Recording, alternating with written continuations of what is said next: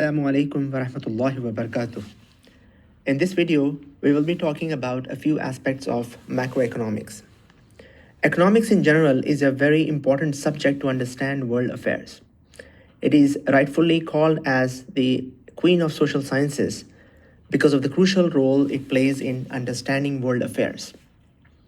Unfortunately, many Muslims have avoided studying economics like it is a plague. The reasons are many, including concepts like people acting in their own self-interest, the concept of fiat money, and the exploitative interests. But realism requires that these topics be understood thoroughly to determine how Muslims can participate in the system as well as shape it in a positive fashion.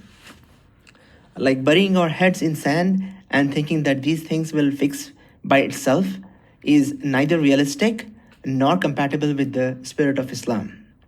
And believe me, we are not going to have a system where we will have gold currency again or the limited credit supply that we used to have in the medieval era. You will only realize why I am saying this if you understand the realistic picture learned through macroeconomics. If you are not aware of macroeconomics concepts, you will never be able to explain why things are going the way they are going, and let alone diagnosing and solving the problem. Okay, so what is macroeconomics?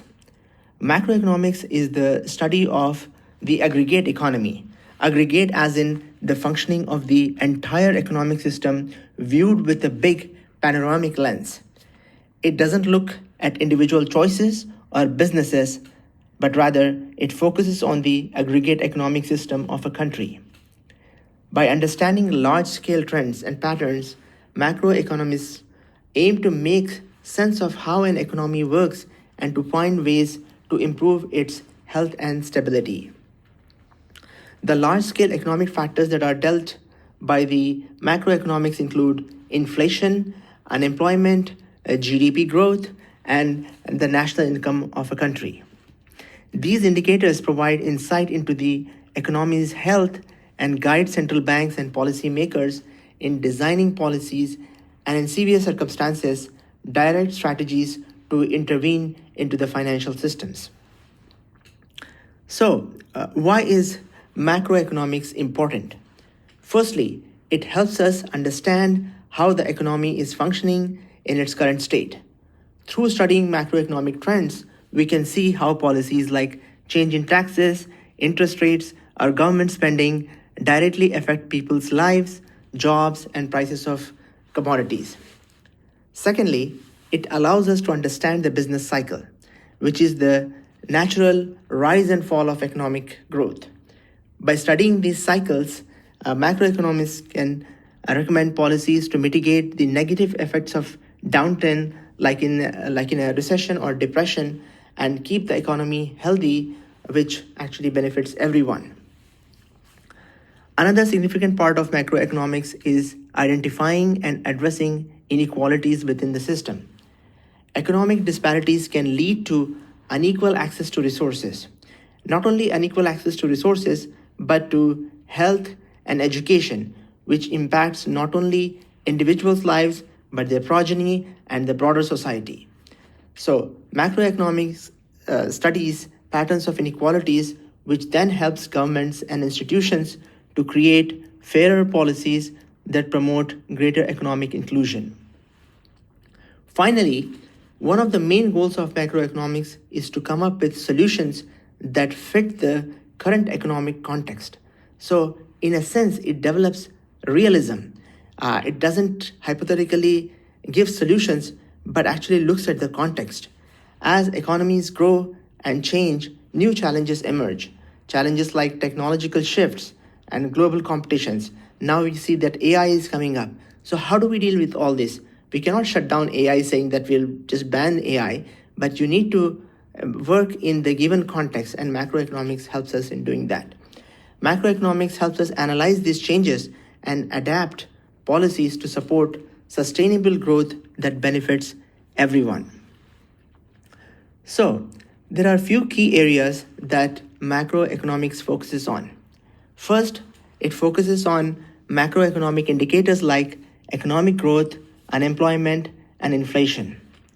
What is economic growth? Economic growth is studies how an economy's output, that is GDP, changes over time.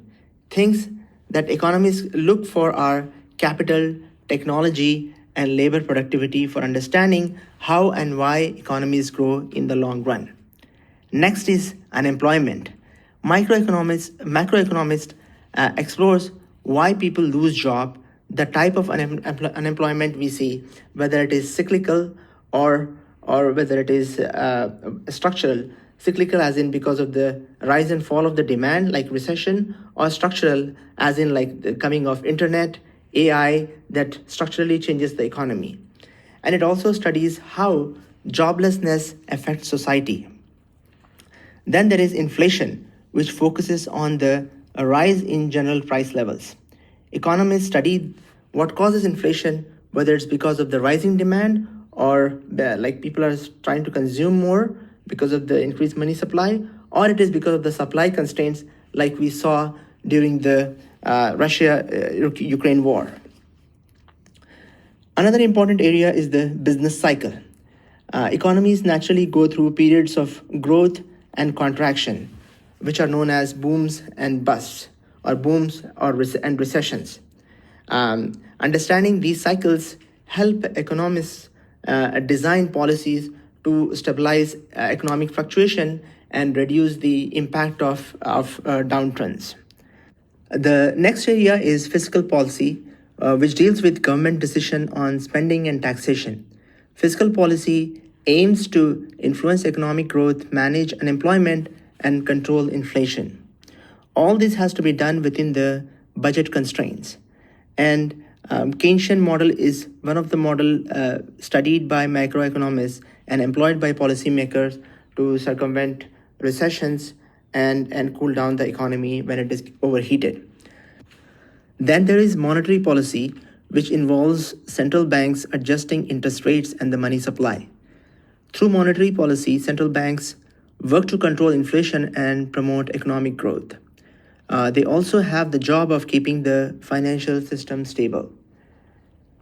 Then we have international economics, which examines trades, capital flows, and currency exchange rates. In this area, the focus is on how economies interact globally, and it tries to understand the benefits of global trades, the risk of financial crisis, and the effect of currency movement in and out of the country. Finally, there is public debt and deficit study. This area studies the impact of government borrowing on the economy and addresses the question about long-term sustainability and potential effects on the actual investments and growth of the country. Together, these areas provide a framework for analyzing and guiding economic policies to support prosperity and stability across the economy.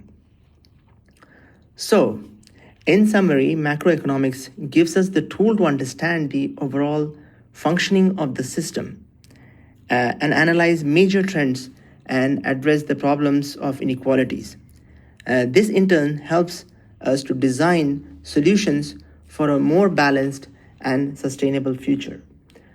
By studying large-scale economic factors and indicators, we gain insights that guide both public policy and individual decisions, like where are we in the terms of the business cycles, whether to have our money fully invested or have it or balance our portfolio by going into cash on the top of the business cycle. So these are the things that you will gain when you understand macroeconomics.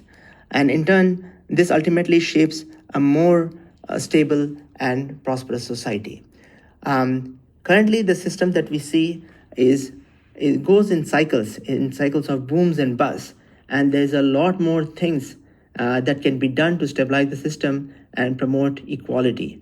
And as Muslims, we need to study all these and bring Islamic concepts so that the world becomes a just place to live in. With this, I'll conclude the presentation. Thanks for listening. Assalamu alaikum. Also, please support Muslim Intellectual Network for Empowerment by subscribing us at Substack, Medium, Twitter. The links are listed here. We are primarily available on Substack, which is our primary website too. The link is https mindglobal.org. Thank you.